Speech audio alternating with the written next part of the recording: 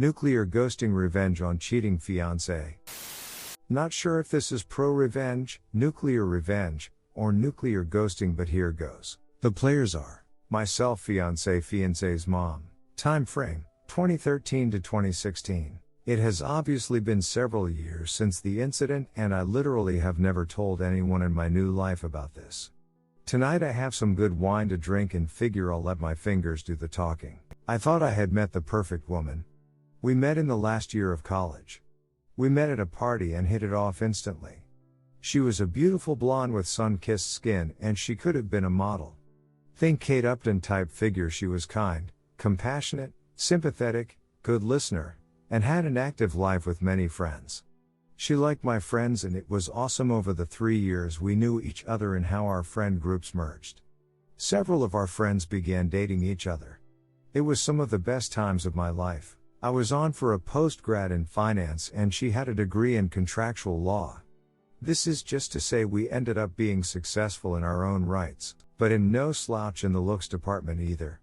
5'11", 190 pounds, and like the gym. I wasn't a super athlete, but let's just say I was built. But I was very shy and didn't have a lot of prior relationships prior to meeting her. The first evening we met, we were smitten. First night we talked all night. Then it went to texting, phone calls daily, then dates weekly, then after a year when I started working my new job she moved in. I loved her family and her family loved me. Mostly her mother, as her father was standoffish, as he was to everyone. It was a whirlwind romance. After 2.5 blissful years of overseas vacations, hiking trips and luxury vacations, I proposed to her. She said yes. I was over the moon. She was doing all the planning for the wedding. We were talking about our futures together, buying a house, children and family trips that we were going to take together and all such things like that. Then it happened. One evening after we both get home to our apartment, she's a little distant. I think I noticed it right away, as we were always very affectionate towards each other. This would only happen about once a week for the first month after proposal, then it was more frequent. I would have been none the wiser except that I used to listen to a lot of Reddit on YouTube. So, I waited and observed. These bouts of ignoring me would only last a couple of hours, then she would be right back to normal. But after 6 months wedding in a year, she was like this almost every night. Time was still great. Relationship with her parents still great, but over Thanksgiving at her parents' home in Louisville, Kentucky, we lived just north of DC, she was standoffish towards me in front of her mother. Now her mother was a very observant woman. She pulled her daughter aside to talk to her and I could hear them arguing. After some heated but muffled words, they returned to the rest of the family and carried on like nothing was going on. I figured I could ask her about it later and did. She was not willing to talk about it and asked me to wait till we were home to discuss it. I agreed, as I loved her deeply and thought we could work through anything. Her mother was an older version of her. Same stunning looks, just a few grays in her long thick blonde hair. This is important later. Back home I asked her about it, and she was unwilling to discuss it. When pressed on it for a week, she finally confessed that a guy at her work was trying to get to know her better.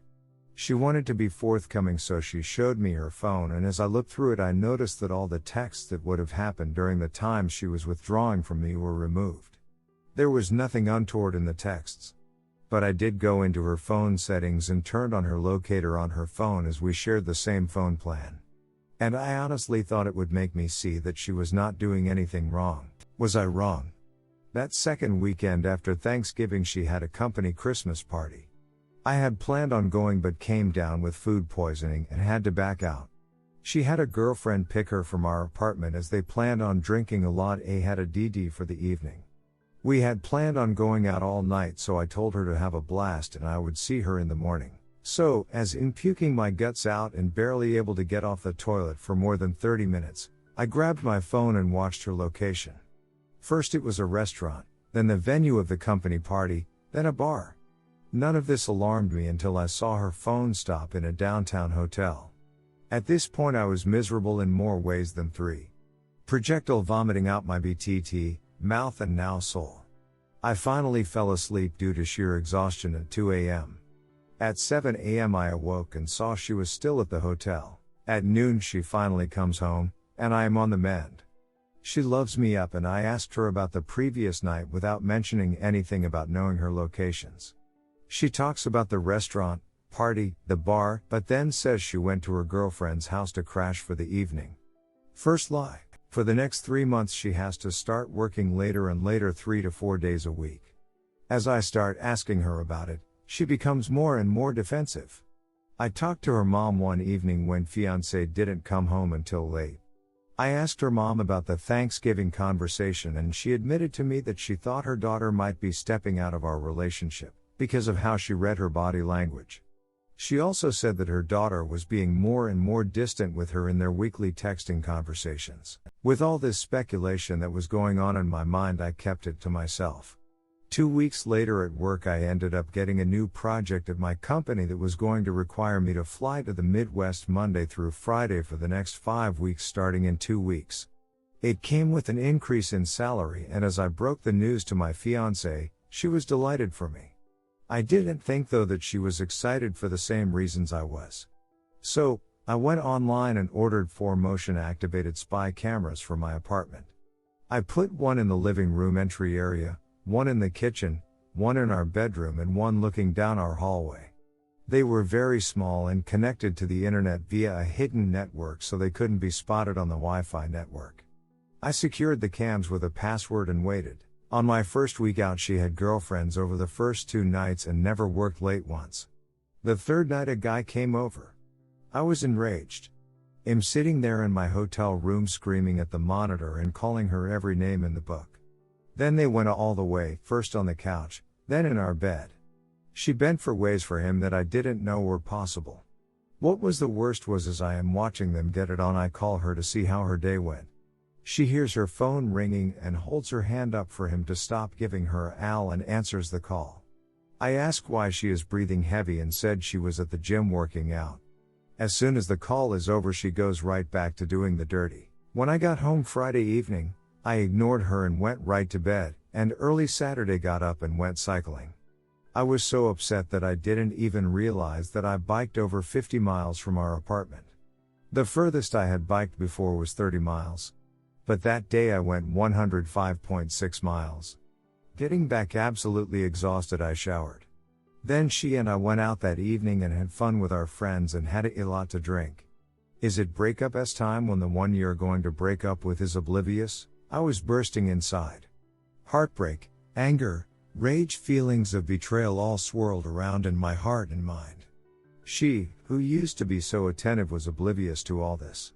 It hurt so much because I loved her so much. I finally confided in one of our mutual friends and he told me that they all knew about it for months.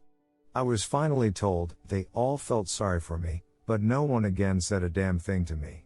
Which is why they stopped inviting us out with them. I hadn't noticed it before, but I could look back and see that about 3 months prior they gradually invited me less and less. So, I figured I would try and win her back. The next weekend I planned the entire weekend as a complete weekend of spoiling her in every way. Wined and dined, pampering, massages, rubs, and talking to her about future plans and about how much I loved her. I knew I was starting to break through when after her 4th glass of wine she started to cry. And I could tell the guilt was coming up to the surface. I asked her what was wrong, but she would choke up every time she tried to speak.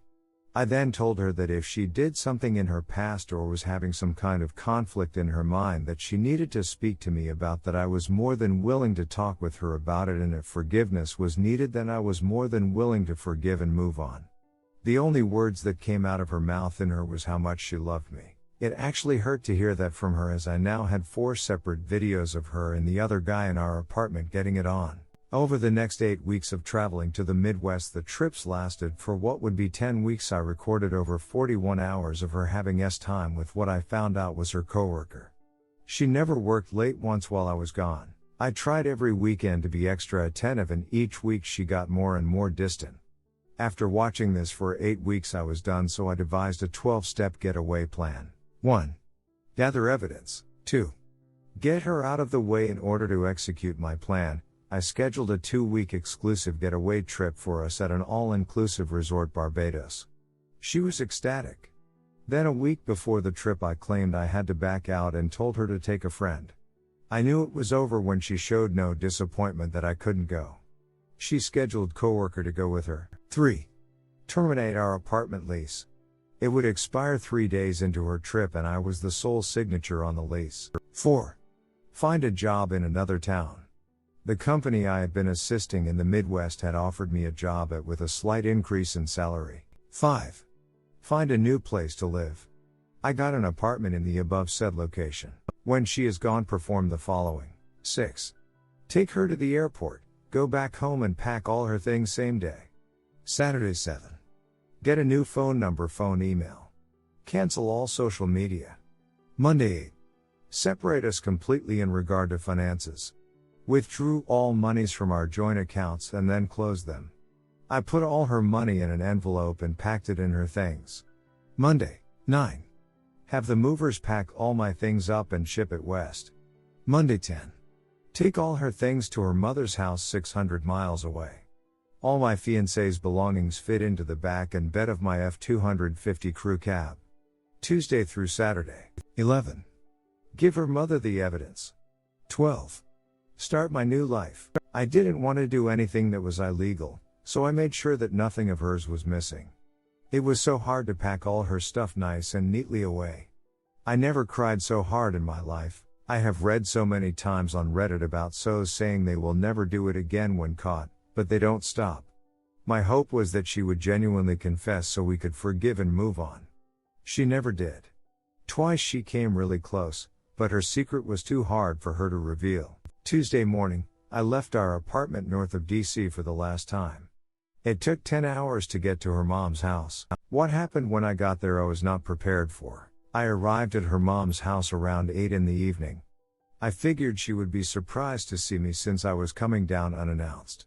Since they lived in a gated community, I had to buzz her house from the front gate, so she was waiting for me outside when I drove up. I could tell that she had been crying when I walked up to see her. I asked her what was wrong and she hugged me, bawling that she thought her husband was cheating on her with a much younger, skinnier, and prettier woman. Dumbfounded, I just held her for what was probably 10 minutes.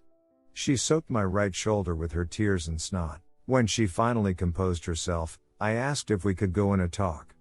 We went in and I asked where her husband was and she indicated that he said he was going fishing with his buddies at a remote cabin an hour away.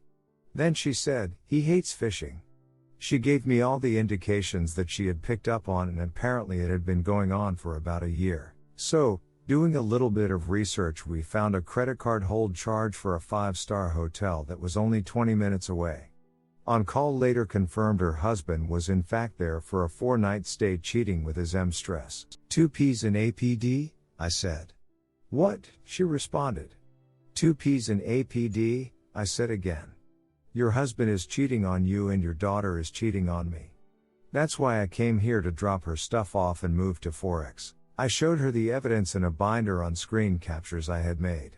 After looking at the first 3 or 4 pages, she looked at me dumbfounded. We both hugged and cried for a good 30 minutes. At that point she said stop crying and looked at me and said, well, tonight there is nothing we can do about it except for you and I to knock out these 3 bottles of Moscato and duck in every room of the house. She grabbed 2 wine glasses and a bottle of Moscato wine and walked out to their private pool deck saying, are you coming out here or are you going to get ducking revenge? Now I won't go into much detail because I don't want to get blue balls, but that night and for the next 3 days we ducked non-stop. I put myself in every hole her beautiful body could offer. I must have seen met in or on her 25 plus times in that period. After those days were over, we passionately said goodbye and I drove to my new destination. She kept me informed as to everything that happened when now ex-fiance got back. The day fiance got back was epic. I canceled my phone the morning of the day she got back. So when the plane landed and she called for a ride, it indicated the phone was disconnected. She apparently had her lover take her home. He dropped her off and left. When she came to the door, a strange couple new tenants answered the door and she freaked out. I can't tell you how many times she tried to call me because again the number was no longer valid. She went to her girlfriend's to stay for a time as coworker was already married. When she called her mom in a panic, her mom told her that I had come down and dropped off all her things and mentioned that all her monies were down there as well. 600 miles away. Her mom didn't tell her that she had FK'd me more in 3 days than Fiance and I had in the last 6 months. But she did tell her that she knew that she was cheating on me, and I said I had found a new job, place to stay and a new career far away from her and all the friends we had. And that her mother was separating from her father due to infidelity. Apparently she cried for days and took a week off of work. But alas, she found comfort in the arms of her married lover. Her mom never let her know where I was at. I had completely cut off that part of my life. The only link I had to that old life was Fiance's mom. And she has kept our secret to this day. Fiance was ghosted the most at TLDR, Fiance cheated. Ghosted her life to start my own. Got with her mom.